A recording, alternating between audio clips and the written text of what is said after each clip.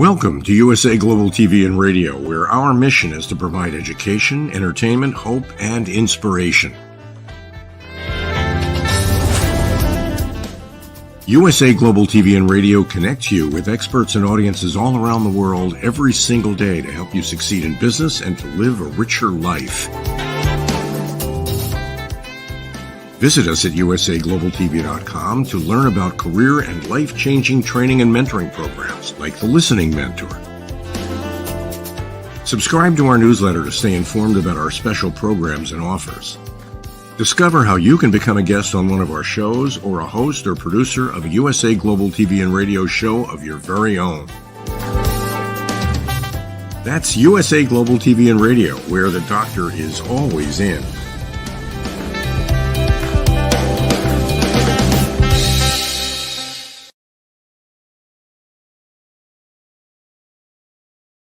Hello, good morning, good afternoon, good evening. It's Friday, as we say here on USA Global TV and Radio. I'm Dr. Jacalyn Kerbeck, and our show today is The Power of Etiquette and Manners. I just want to give a big shout out and hello to our new team member, Heather Joy Grant, who is behind the scenes, pulling all the bells and whistles and making the production happen. Welcome to our team.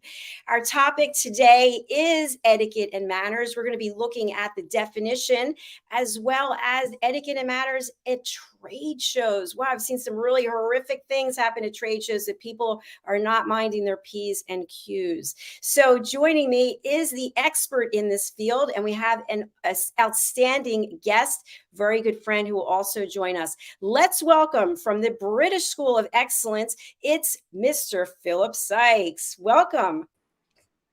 Happy Friday, Dr. Jacalyn, and everyone out there listening to us. A very, very, very warm welcome wherever you are in the world. And yeah, this week has shot past, hasn't it?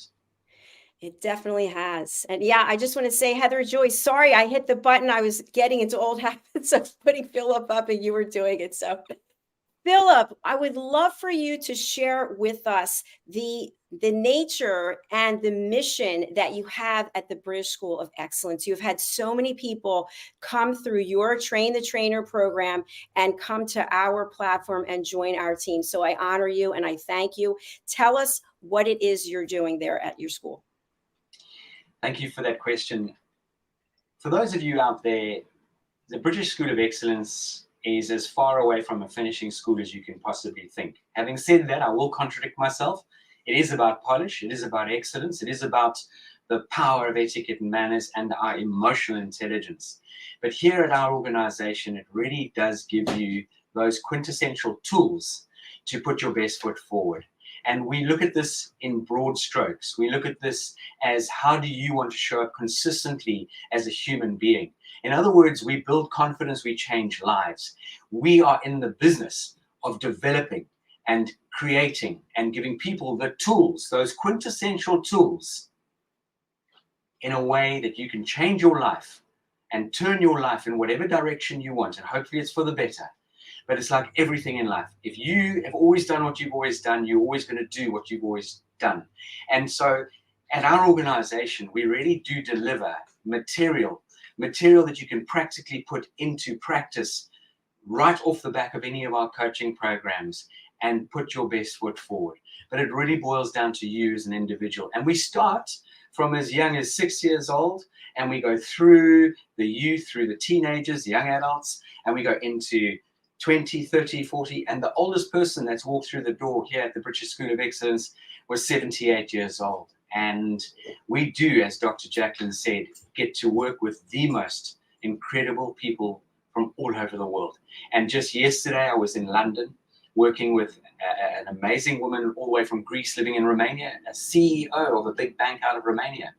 She joined me in a dining etiquette experience. And how can she be more confident, more present when she is dining in any given sort of situation, so that she can focus on that conversation and she can navigate herself or navigate her way around the table, around the people. How important and powerful is that building rapport through the power and importance of small talk, which we have coined the phrase, it's actually big talk. It's those quintessential tools on how to make that connection. So that is just scratching the iceberg, the tip of the iceberg, or scratching the surface, as we say, on what we do here at the British School of Excellence. Thank you so much, Philip. I really love what you and your organization are doing. And by the way, you have a special event that is coming up. Would you like to talk about that? I believe it's next Wednesday. Next Wednesday, we are privileged to be inviting a very well-established gentleman, Meisner, who set up an incredible global network. I think this gentleman, from memory, has over 7,000 chapters globally, and he has created this wonderful platform globally where you can take on the brand and it's a franchise, it's a partnership with the holding company, which is based out of the USA. And this gentleman, as busy as he is, has really dropped everything to join us on Wednesday. It's going to be an hour's engagement. I'm going to be the host, and I'm going to be asking Mr. Eisner all the relevant questions about why it is so important to bring your A game when it comes to networking, and bring your etiquette and your manners, and how do we build those quintessential relationships? How do we make sure we put our best foot forward? And if you really ask me one direct question about what is the importance of networking and what is the importance of building these relationships, I want everyone out there to remember that people do business with people they like and trust. And at the end of the day, it's how do we make people feel? And it goes back to the Maya Angelou quote, which is behind me. People will forget what you said, they will forget what you did, but they will never forget how you made them feel. And one of the areas we've been focusing on and doing a huge amount of work on over the last 18 months is developing incredible programs under the title of hospitality intelligence. How do we really build that rapport in any industry through the power and importance of hospitality intelligence? That is going to be a super exciting show, as they all are. Philip, we also have a comment from someone, and I'm not sure where in the world they are, but they are watching on your YouTube channel. It's, how do you say this person's name? Mahala Ali? Malia. Malia, sorry. Hello. Thank you for being with us today. So we have a fabulous guest who is backstage. One thing that I just want to say about him is I love Hiett Ives. He and his wife are such a beautiful couple. They volunteered their time to do a number of the role plays in the Power of Elevated Listening course. So when you see him, if you've taken the course, you might be like, oh, okay, I get it. I remember him. He's an expert when it comes to trade shows. He's an expert with how to edit your book. He's an expert with the English language. He's also a distinguished Toastmaster, and he's an author. He's been with us, I think, from the very beginning, and we haven't seen him in a while, so I'm looking forward to having him come back and join us today. Please come out and join us, Mr. Hiett Ives. Good morning. It's good to be back. It's nice to have you. So, Hiett, thank you again for all work that you've done for the Power of Listening. We're going to be revamping that course. I hope you and Linda will join us again for some more fun role plays. But you have a whole career outside of what you've done on this platform. And I'd love for you to share with our audience some of the work that you are doing. Well, let me first tell Philip, he and I share something that he may not know. I spent 4 years in the British school system, 3 of which were in a Jesuit boarding school. So I know how to put my vitamins in their aluminum container on schedule, just like any other limey, and talk about boots, bonnets, and lorries, and know what I'm talking about. Love that. Absolutely love that. If I may ask, was that St. John's? No, St. John's Beaumont.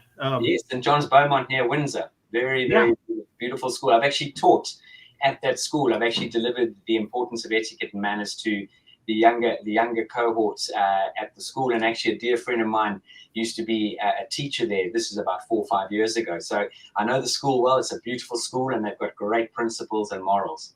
I was there when it was only a boarding school for 64 boys in 5th, 6th, 7th, and 8th grade. And the British Jesuit is where I learned that I have a skill. They had an annual essay contest, and I, as a 7th grader, won the school essay contest there was always one by an eighth grader, obviously. And it took me a few years to realize, but I said, if the British Jesuits recognize that skill, perhaps I ought to hone it. And, I have done so by writing 2 books and editing other people's books, edited Dr. Jacalyn's book. So anyway, we will talk long about this. I didn't realize we were that closely related. Absolutely. I love that. And I remember you sharing this with me, Hiett, when we first met through this wonderful platform with Dr. Jacalyn. And I remember we immediately struck on a couple of commonalities, and that was one of them. Absolutely. Yeah. So, Hiett, can you share a little bit about the work that you do with trade shows? Because we're going to be talking also about trade show etiquette. Yes, I have been in the business-to-business trade show marketing arena for 5 decades. In fact, that book right there is 88 Successful Event Strategies.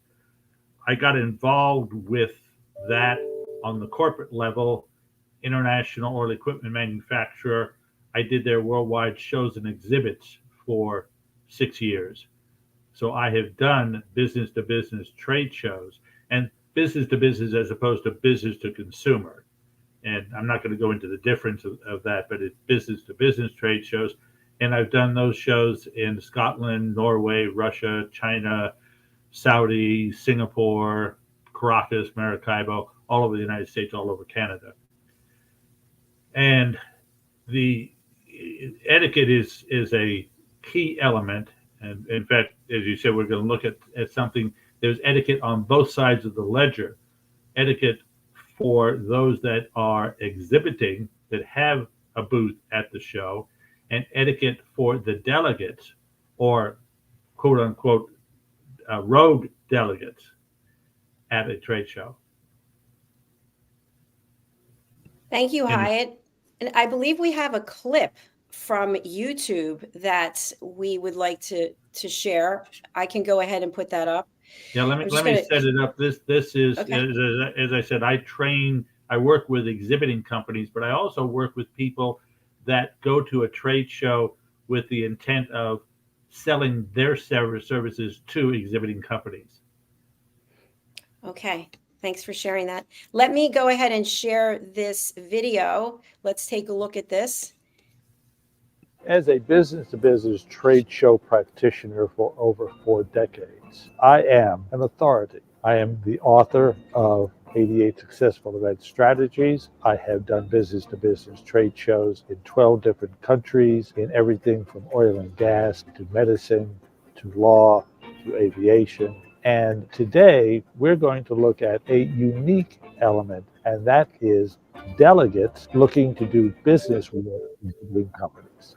While I work predominantly with exhibiting companies at business-to-business trade shows, today we are going to address rogue delegates at business-to-business trade shows who are actually trying to sell their product or service to the exhibiting company, something that neither the exhibiting companies nor show management likes to happen. We're going to show you how to do that effectively and not get thrown off the trade show floor. Brilliant. There will be another version of that which will promote what I do with business-to-business companies actually exhibiting at trade shows. Fantastic. Thank you. Philip, I have a question for you. In the courses that you offer, which one would you say would be mostly aligned with trade show etiquette? Because I'm sure that there's etiquette and manners that really permeates through regardless of the industry. Yeah, that's a fantastic question. Personally, I think the course, the program that really hits the nail on the head when it comes to this is our business excellence, business etiquette program called The Polished Professional. And we really do give you those quintessential tools, whether be in body language. Yeah, we go into the emotional intelligence. We go into the importance of meeting and greeting correctly, how to build that rapport. We talk about the importance of and the art of conversation. We obviously very much focus on the importance of listening and reiterating what you're hearing from the people that you are connecting with, not to interrupt, obviously, and very much not to compare your experience with theirs, and to really be there very, very present. In other words, presence intelligence. And we go through this whole process. We then cover the importance and the art of actually taking that forward. In other words, if you think about any opportunity when we're meeting people, we are actually starting to network.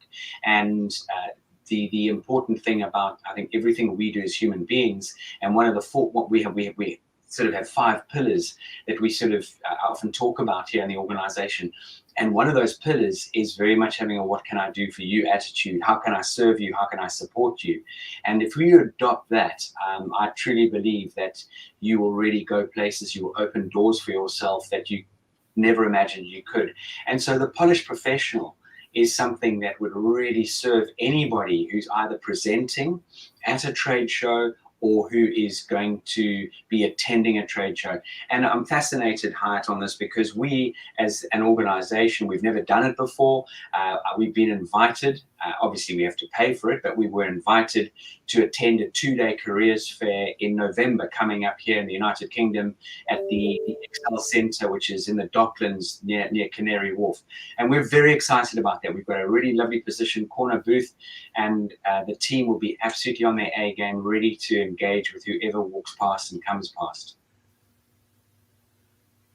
Let me work with you on that, because what I help companies do is identify the 20% of the audience, perhaps, that is actually your true audience, and how to get them to self-identify themselves by using open-ended questions. I would value that exponentially. Thank you very much, and we'll engage with the show early next week if that's okay. It'll be wonderful. Thank you. Absolutely. I love collaborations. Yay, that's what we're all about.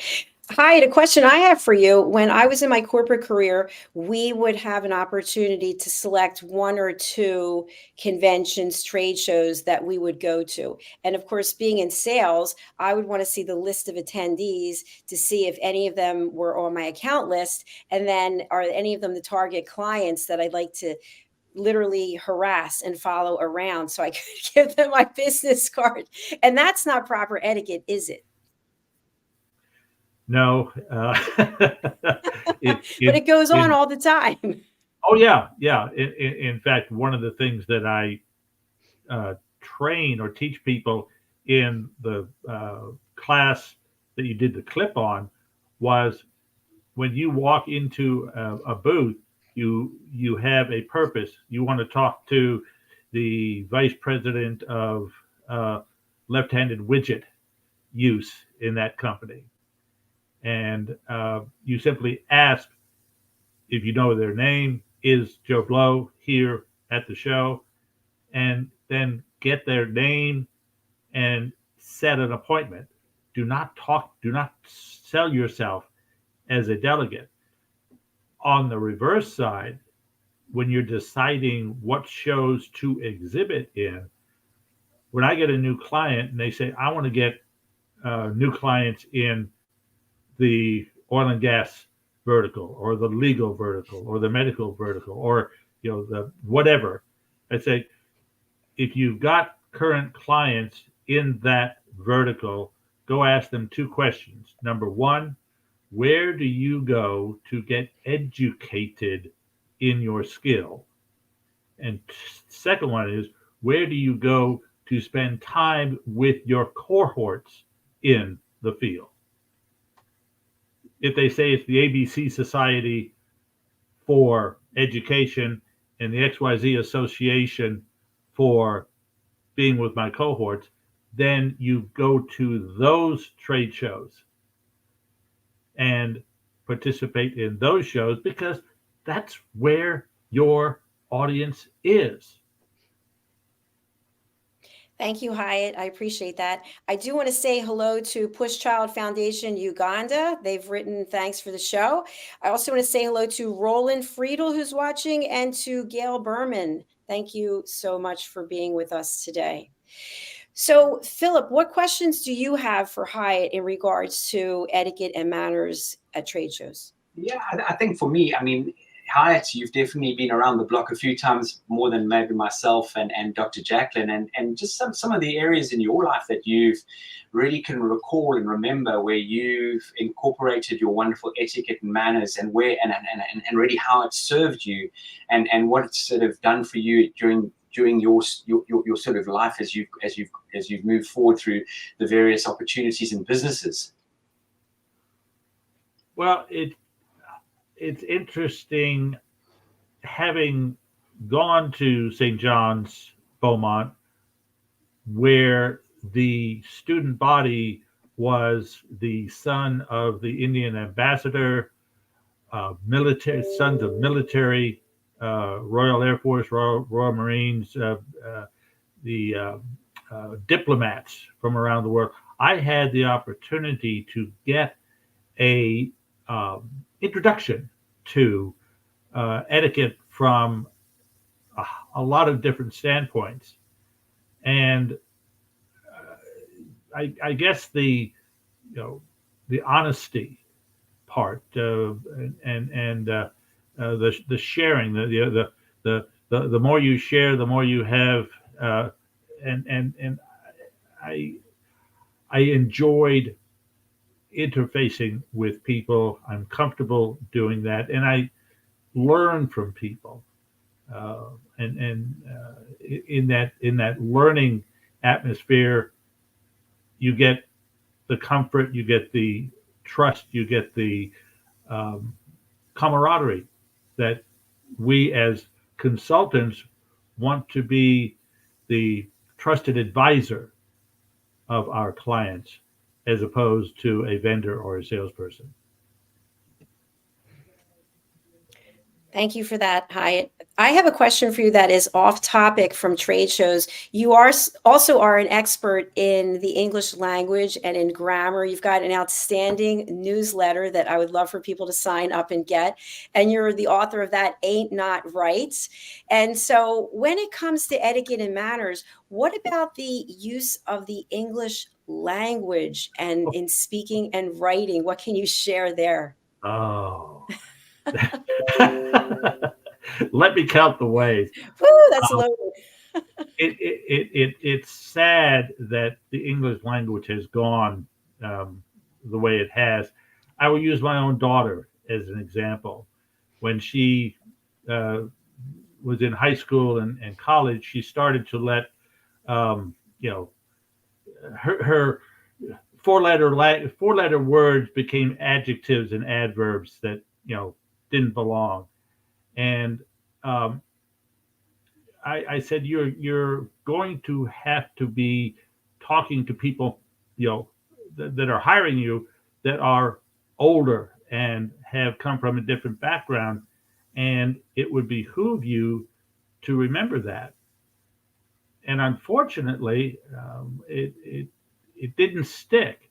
She's very articulate and she's very successful in what she does, but the English language has become the American language. So do you think that that is generational? As we're older than obviously your daughter's generation, do you think that we have more respect for the English language, or do you think it's that, I don't know, because I don't have any children, so I'm not even going to speculate. What are your thoughts? Well, you're absolutely correct. The generational is the key word there, because Heather has been around me all of her life. So and she and Linda and I have this kind of a rapport. So this is what she had, and she learned the American English from her cohorts, her classmates, her business associates. In fact, when she was working at the major convention center here, I was at a show. I went up to her office. She was on the phone. her boss, the vice president of the operations office, was a couple of doors down, went in, was talking with her, and I was bemoaning to her that this was one of the Achilles heels that Heather had, and her boss said, "Don't worry about it. It'll pass, or it's not real big." Well, Heather came in and said to us, "What the blank's going on here?" I mean, it frustrates me, but unfortunately, it has become the norm. It's not the exception anymore. It's the norm, and that's what scares me. In that the new generational watermark is a whole lot lower than what you and Philip and I work by. Yeah, I appreciate that. And I think that there's also a difference, there are different nuances between American English and the British English. And I love the way the British people speak. And I always think to myself, I sound like an American. It just sounds so tacky compared to how the British speak. Philip, what do you think the difference is there?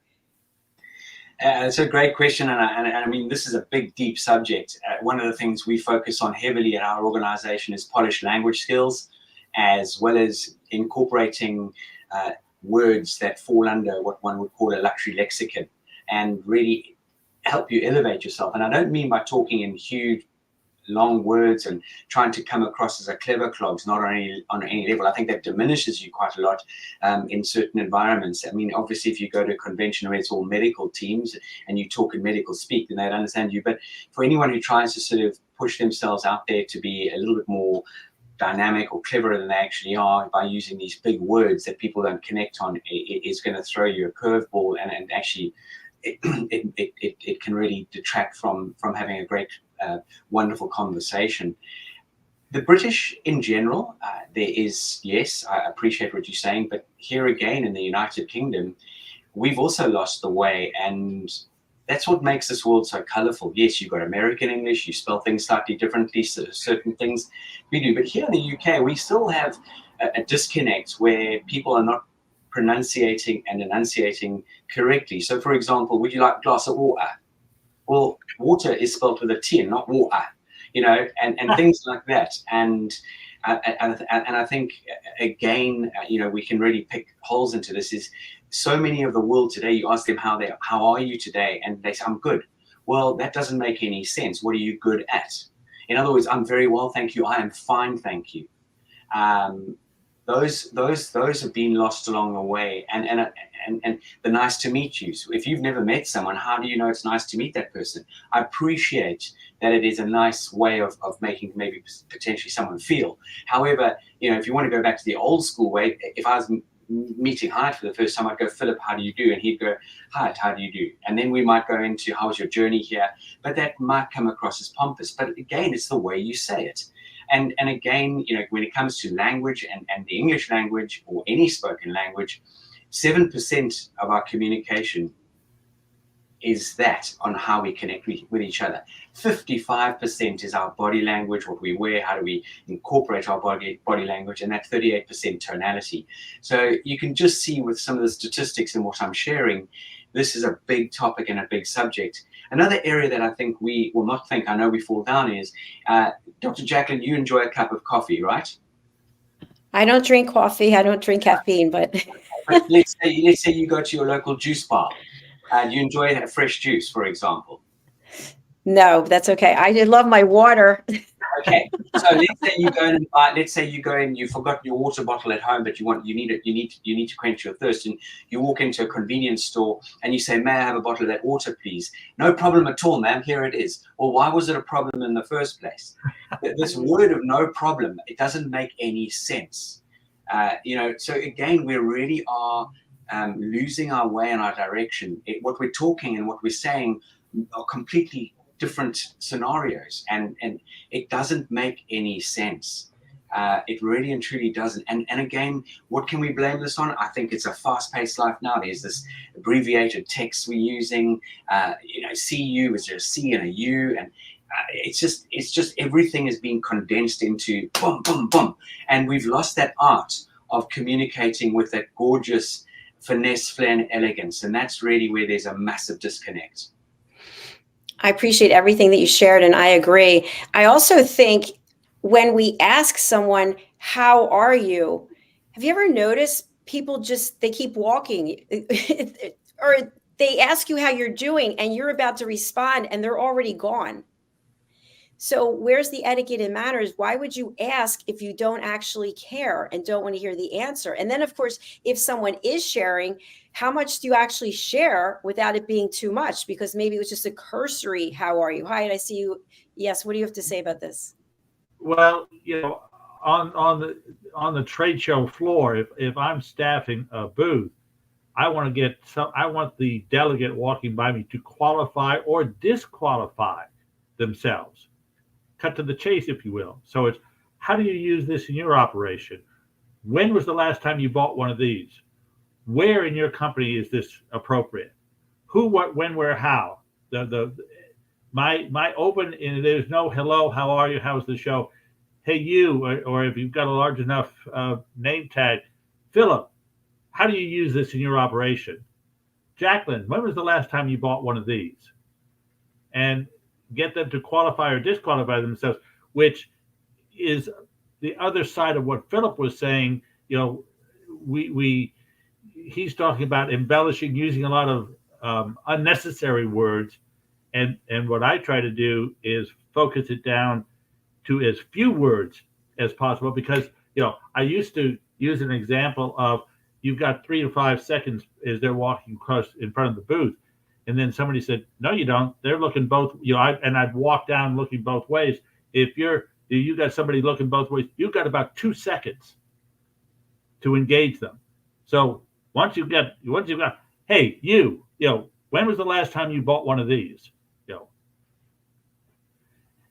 Now, just to clarify, are you actually saying, hey, you? Hey, you? To be very honest with you, as you can tell, I'm very outgoing and vivacious, and in the right circumstances, yeah, I have actually done that. If the atmosphere is such that and everybody's joking, hey, how do you? In fact, I was with one client that the second or third question was somebody, they say, you're actually telling them they're dirty. And I said, yeah, pretty much. And he said, you need to just ask somebody, are you dirty? This isn't what it was, but it was along that line. And the next person will be, hey, you, are you dirty?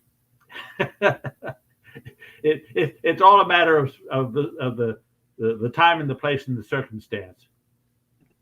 Getting their attention. Yeah. So when it comes to etiquette and manners, I'm going to go over to Philip and then Hiett. I'd love to have you weigh in on this as we're coming towards the end of our program. How much information is too much information? If you are engaging with me and you're asking me how I'm doing, I just lost my mother, and I could go on and on and on. You might be thinking, I'm trying to be courteous. I want to know how you're doing, but I don't actually have 25 minutes to hear about this. So what's a good way to frame that up so that you can be genuine, but at the same time, you have something that you need to do. You have a place to be. Philip, you want to address that? Yeah, I'll start addressing that.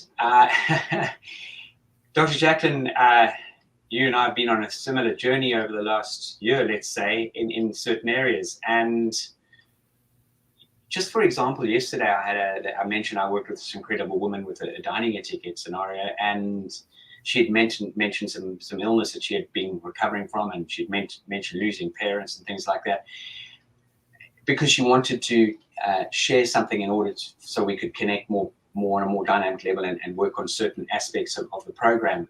But having said that, I think we need to be, without sounding like you're telling porky pies, but just learn to be economical with the truth. And I think that's very important. I'm not saying for for one moment that you need to tell a fib or a lie, not at all. But just be economical with the truth. And I think that's where the platinum rule is really a very powerful tool that we elaborate on and we dig deep into on all our coaching programs. Is the platinum rules about the other person and how does that other person like to be engaged and connected with. And when you adopted the platinum rule, you can really sort of I think steer the conversation or handle the conversation in a far more dynamic and professional way. And one thing I wouldn't do is start elaborating too much on what's been going on in my personal life, especially if I don't know that person. Because firstly, you want to elevate the conversation as best you can, and you wouldn't want to detract and making it about you and it being something that potentially brings tears and tears to your eyes and makes you emotional and upset. But every case, it's case by case. That's what I would say to that. And I'd love Hiett's input there, please. Yeah, set the stage. Too many times we call somebody out of the blue and start talking about what we want to talk about. I find myself saying, "Is this a good time? Do you have a minute?" And I've seen, you could hear it in their voice, and yeah. Or no, I don't. Fine, when would be a good time to call back? And the other one, if you have a very little time, say, I've only got a minute. I've got to go on to something else. However, I did want to make this point, or I did want to give you my condolences about the loss of your mother, and I would like sometime in the future to visit with you and let you talk about her and tell me a little bit more about her. Set the stage. Thank you both. Yeah, they were great answers. Thank you very much. And I hope that helps somebody out there. Dr. Jacalyn, I know you're going to be leaving us shortly, but just before you shoot off, and that goes back. I love your examples there and guidance. But again, it goes back to that power and importance of listening, checking in with people, and making sure it's relevant, it's appropriate, and then dealing with it accordingly and utilizing that platinum rule. And it's just the guidance Hiett you gave was absolutely superb. Yes, my thanks to both of you. I really learned a lot from this show, and as always. So I will be dropping off. Philip, I leave it in your good hands to close out the show. Hiett, thank you for being here. Heather Joy, rocking the production backstage. Thank you so much. You still got 3 minutes, Jacalyn. You still got 3 minutes. Give us your thoughts on etiquette. No, I don't actually, because we started a little late. So all right. I have to go. But thanks, everyone. Carry on. Here, I tried to put her on the spot, get something from her. She was able to get out of it.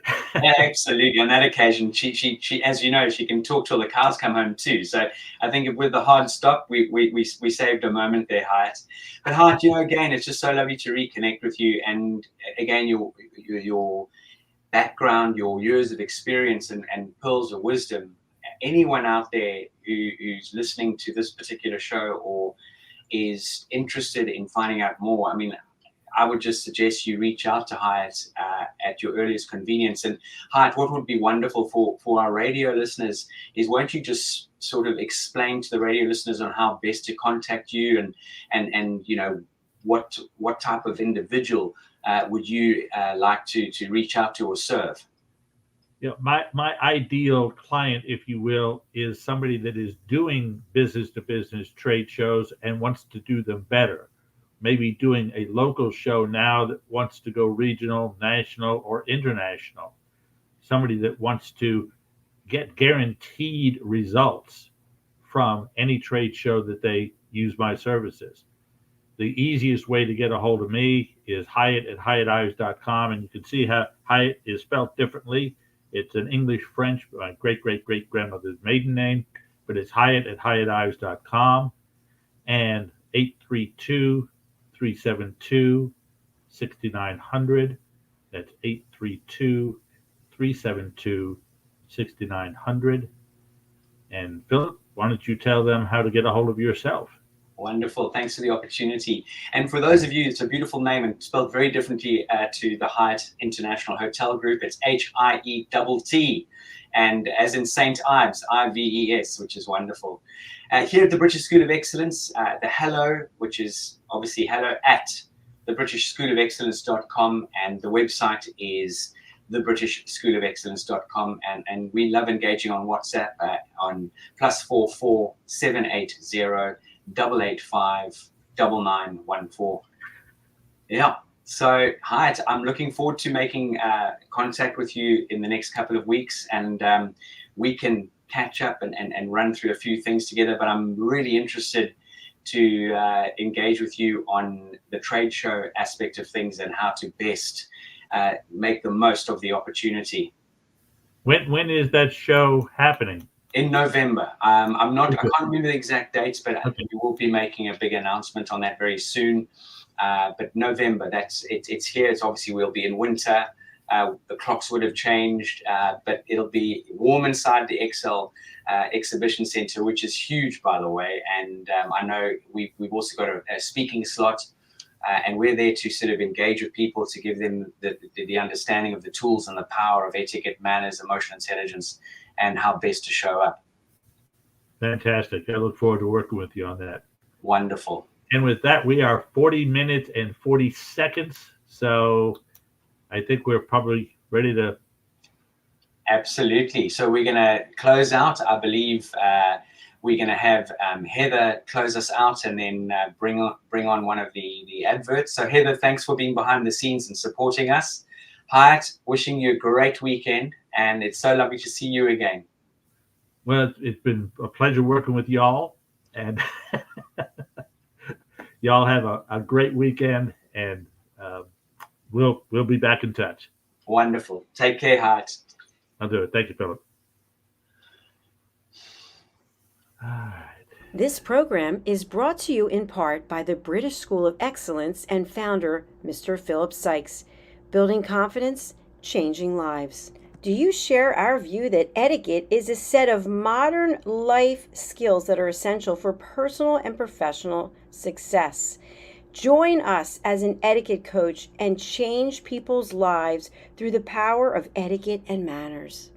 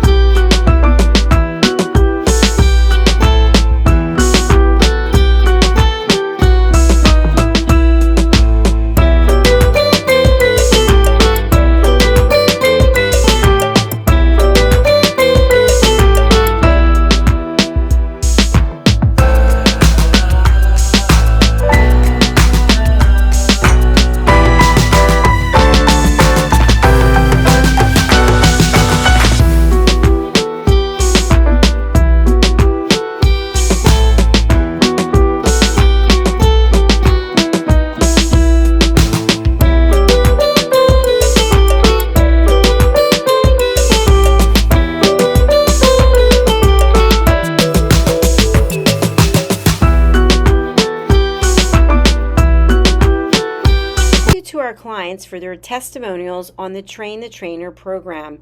Our exponential and global growth is so significant that we've evolved from the British School of Etiquette to the British School of Excellence, where we're investors in people. Let us invest in you and your career. Contact us to become an etiquette coach. Go to thebritishschoolofexcellence.com. Start your career and elevate your success today.